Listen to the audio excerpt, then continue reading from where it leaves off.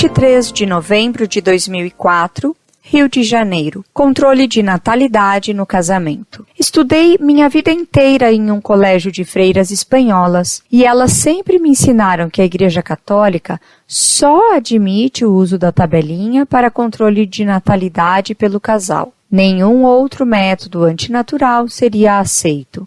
Ocorre que meu namorado me disse que tenho que ter quantos filhos Deus quer e que não poderia me valer da tabelinha. Ora, nos dias de hoje, em que a mulher é chamada a contribuir igualmente para o orçamento familiar e com o alto custo de vida, como cuidar e prover uma família de 10 filhos nos dias de hoje e ainda ter que trabalhar 8 horas por dia?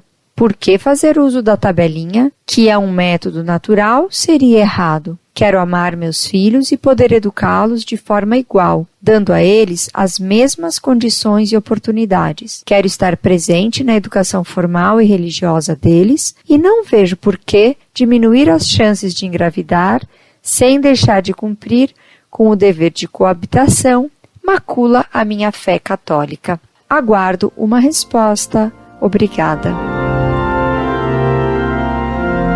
Muito prezada, salve Maria. Esse é um assunto delicado, do qual só poderei tratar de modo genérico. Os casos mais particulares e mais delicados só podem ser tratados por um prudente e sábio sacerdote. Falando, pois, de modo genérico, chamo a sua atenção para as palavras do novo ritual do matrimônio, que em boa hora foram colocadas pela Igreja ao perguntar aos nubentes na cerimônia matrimonial: estais dispostos a aceitar todos os filhos que Deus lhes mandar? Ao que os noivos devem responder sim. Portanto, a Igreja exige que os que se casam assumam o compromisso de aceitar todos os filhos que Deus lhes mandar. Portanto, seu noivo tem razão. As freiras do seu colégio a ensinaram mal e erradamente. Há também no novo ritual do matrimônio certas palavras que os nubentes devem dizer, que aceitam o cônjuge na pobreza ou na riqueza, tanto quanto na saúde como na doença. Portanto, ninguém deve casar-se pensando em ficar rico a todo custo. Se Deus lhes der riqueza, muito bem,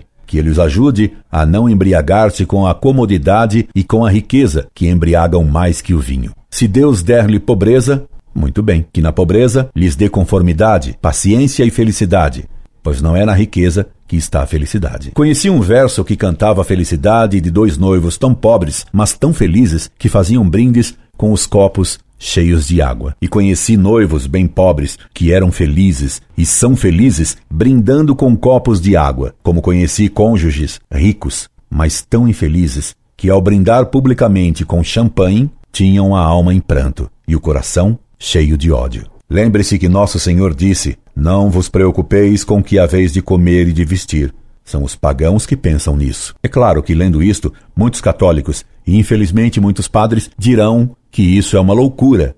E, dizendo isso, eles blasfemam contra Cristo e se proclamam realmente pagãos. Portanto, prezada, não seja pagã, preocupando-se com o que haverá de comer e de vestir se você tiver muitos filhos. Deus, que os dará a você e a seu futuro esposo, esse mesmo Deus é que o sustenta e sustentará. É comum que uma mulher que tenha muitos filhos viva muito, como é normal que quem tem muitos filhos, Deus escolha entre eles sacerdotes e religiosos. Hoje há mais casas para vender alimentos a cães e gatos do que farmácias, e há muitos animais de estimação do que filhos, quando Cristo nos alertou que não se deve dar aos cães o alimento destinado aos filhos. Que Deus nosso Senhor lhes dê muitos filhos, a coragem de tê-los e a felicidade por tê-los tido. É o que lhes desejo de toda a alma. Incorde Jesus Semper, Orlando Fedeli.